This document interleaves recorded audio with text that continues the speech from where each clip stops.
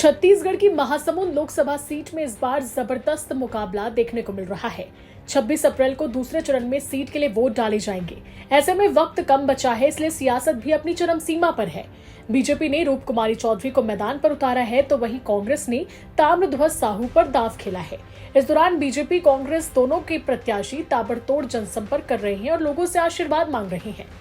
इस बीच बीजेपी नेता ने कांग्रेस प्रत्याशी ताम्रध्वज साहू पर नामांकन दाखिल करने के दौरान शपथ पत्र में गलत जानकारी देने का आरोप लगाया है। साथ ही चुनाव आयोग से इसकी जांच की मांग की है। सुनिए बीजेपी नेता ने क्या कुछ कहा। देखिए, कांग्रेस के प्रत्याशी श्री ताम्रध्वज साहू ने 4 तारीख को महासमुंद लोकसभा से अपना नामांकन भरा है और जैसा कि आप जानते हैं, नामांकन पत्र की ऑनलाइन सबके लिए सार्वजनिक उसे किया जाता है।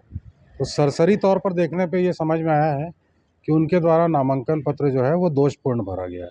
ऐसा मैं इसलिए कह रहा हूँ क्योंकि उनके द्वारा जो संपत्तियों का ब्यौरा दिया गया है उसमें जेवरात के जो बाजार मूल्य का शपथ पत्र पूर्वक उसमें प्रस्तुत किया गया है, उसमें सोने का बाजार मूल्य जो है वो 300 ग्राम का महज 10 लाख रुपए दिया गया है, जो कि लगभग 3,000 रुपये प्रति ग्राम के आसपास का मूल्य उनके द्वारा दर्शाया गया है।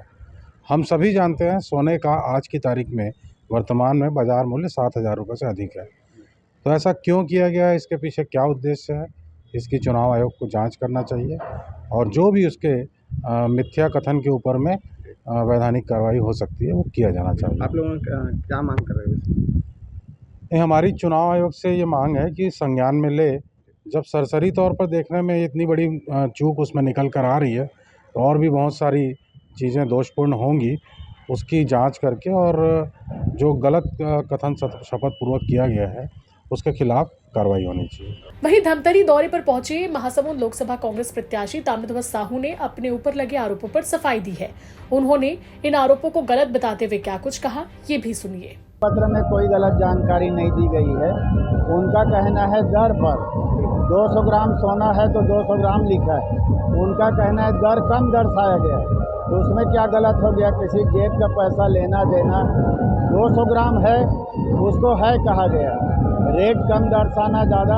हम जिस दिन लिए थे उस दिन का जो दर था और कल तक जो दर था वो हमने दर्शाया। आज अगर दर बढ़ गया हो तो अलग बात है, उसमें कोई छुपाने क्या बात है। बहरहाल चुनावी मौसम में आरोप प्रत्यारोप का जो दौर है वो तो चलता ही रहेगा, लेकिन इन आरोपों से ताम्रध्वज साहू की मुश्किलें कितनी बढ़ती है ये तो देखने वाली बात होगी। धमतरी से देवेंद्र मिश्रा की रिपोर्ट, छत्तीसगढ़ तक।